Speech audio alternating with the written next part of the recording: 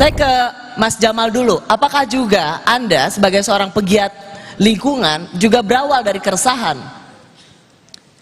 Ya, betul. Jadi awal mula kenapa saya bisa dikatakan seorang pegiat lingkungan yaitu berawal dari masalah, ya. Berawal dari masalah? Masalah, ya. Masalah lingkungan yang saya sendiri rasakan begitu. Mungkin teman-teman di sini mudah-mudahan ya saat ini dan sudah dalam keadaan menikmati kehidupan yang layak ya, memiliki listrik yang luar biasa. Tapi saat itu dusun kami dalam keadaan gelap gulita selama hampir 20 tahun lebih. Itu awal mulai. 20 tahun gelap gulita? 20 lebih gelap gulita, tidak ada sumber listrik.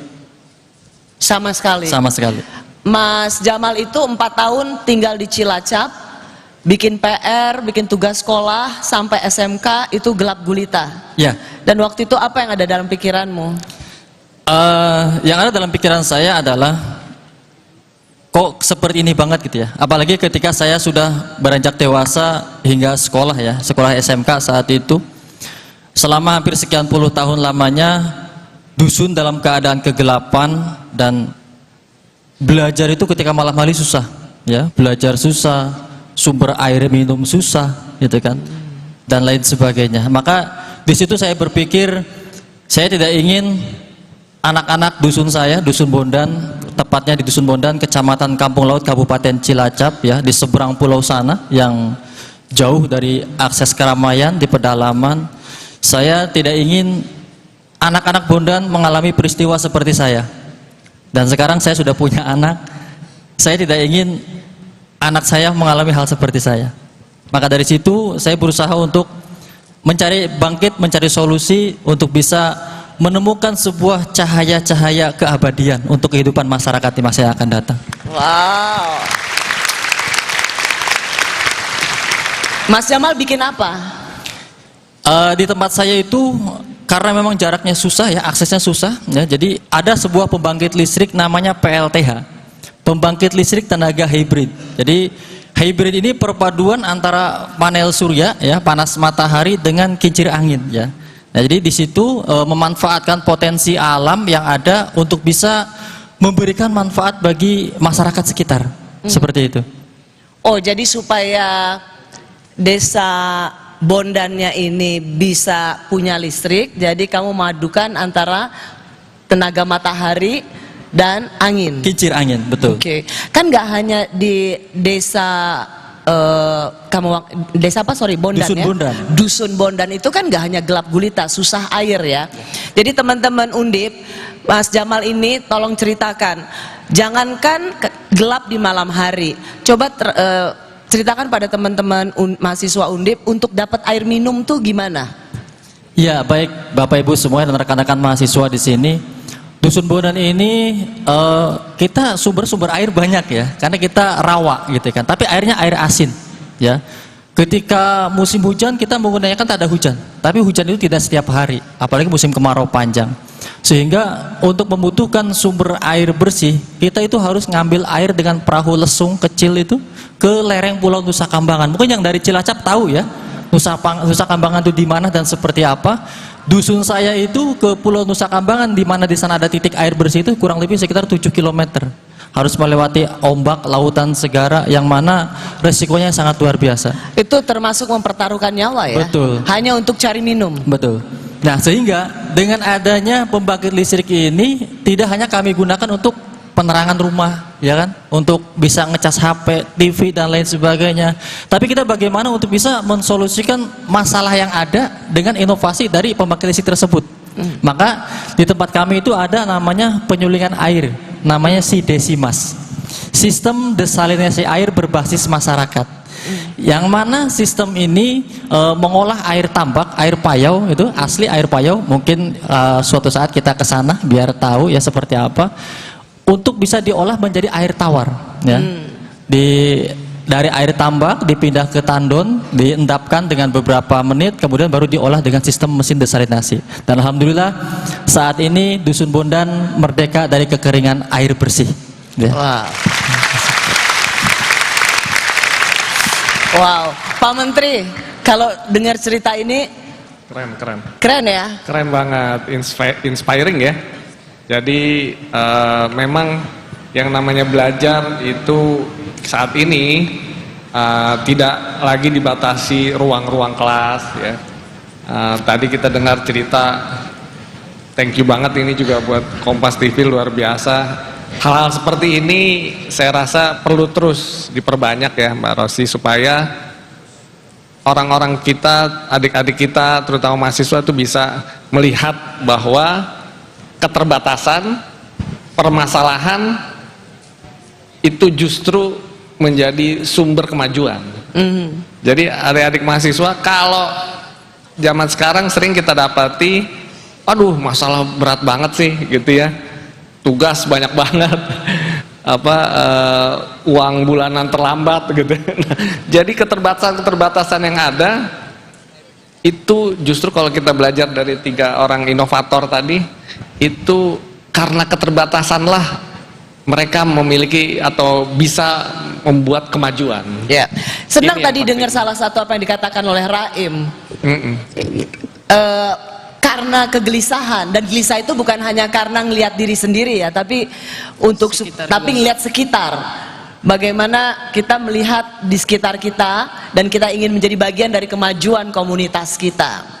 Kan jarak antara masalah dan solusi itu peluang usaha, ekonomi di dalamnya. Biasanya keresahan-keresahan siapa yang rajin resah, kan mahasiswa rajin didoktrin sama abang-abang sama dosen kita kayak mahasiswa harus kritis. Itu dia kritis tadi tuh, rajin resah, kritis saja. Kenapa ini balkon begini? Kritis saja, tidak apa-apa sama rektornya langsung. Kenapa ini semua ini? Itu. Pak Rektor, inovasi Undip katanya banyak sekali ya?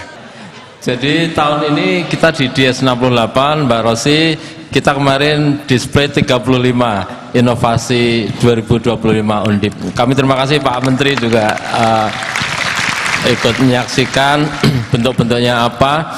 Tapi poinnya sama dengan yang dibilang oleh Mas Raim ya, keresahan. Pak Menteri punya tagline Dikti Saintek berdampak. Alhamdulillah kita tanggal 29 April 2024 kali pertama saya dilantik jadi rektor, tagline-nya langsung itu, bermartabat, bermanfaat gitu. Jadi sebaik-baik orang adalah yang paling banyak manfaatnya bagi orang lain, sebaik-baik kampus adalah yang paling banyak manfaatnya bagi masyarakat gitu. Betul sekali, mantap itu Pak Rosi.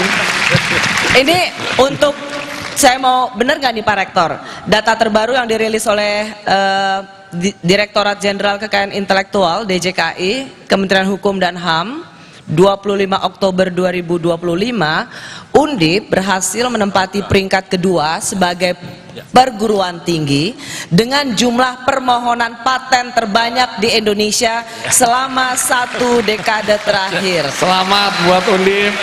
Terima kasih Pak Totalnya Menteri. 1165 permohonan. Betul. Paten kali. Betul Mbak Rosi.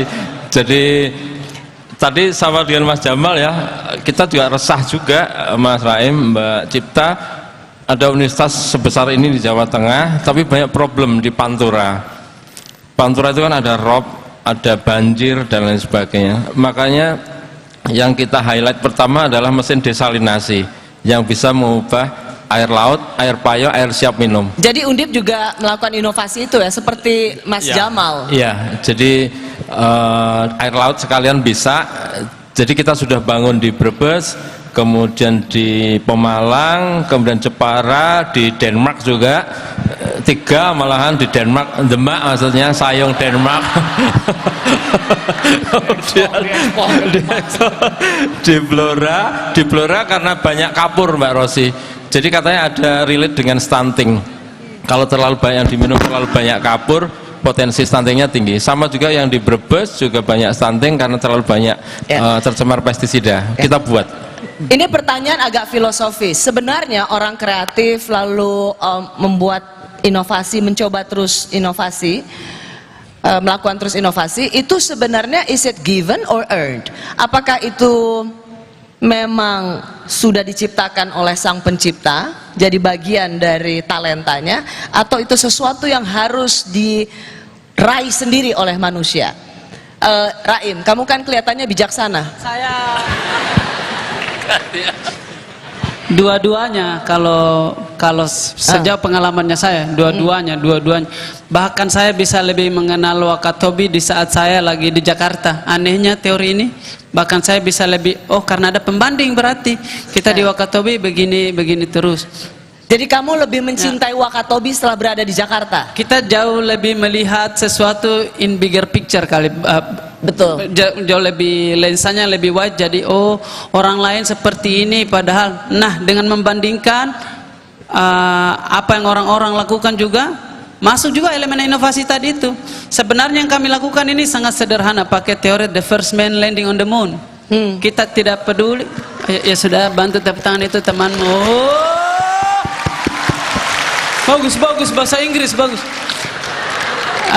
Kayak kita tidak peduli setelah orang pertama yang ke bulan siapa namanya sih, kita tidak peduli. Orang kedua ada yang tahu tidak? Orang kedua yang datang ke Amerika ada yang tahu tidak? Orang kedua yang ke benua Asia ada yang tahu? Kita tidak peduli, kita cuma peduli siapa orang pertama, the first man in the moon. Waktu kami naik sebagai musisi dan seniman, sadar tidak sadar pakai teori yang sama. Kayak waktu anak-anak komik semua waktu itu sebagai stand up comedian saja, muncul Ernest Prakasa sebagai director nomor 1 stand up comedian. Oh, orang pertama stand up comedian sebagai director nomor 1, dan sampai sekarang masih menjadi yang terhebat salah satunya juga. Kalau kau lihat podcaster sekarang stand up comedian semua, kalau berarti mesti di ruang yang saya suka ini, oh penyanyi harus ada juga nih, dari minimal dari stand up comedian. Dan saingannya kami bukan cuma Ernest, tapi sama-sama setara dengan penyanyi yang lain. Gitu. Rasanya stand up comedy yang bisa nyanyi dan bikin lirik lagu cuma Raim ya? Ada beberapa, tapi belum 600 juta. We don't care who the second. The second. Okay. We don't care. Sometimes we don't care who the second, the third.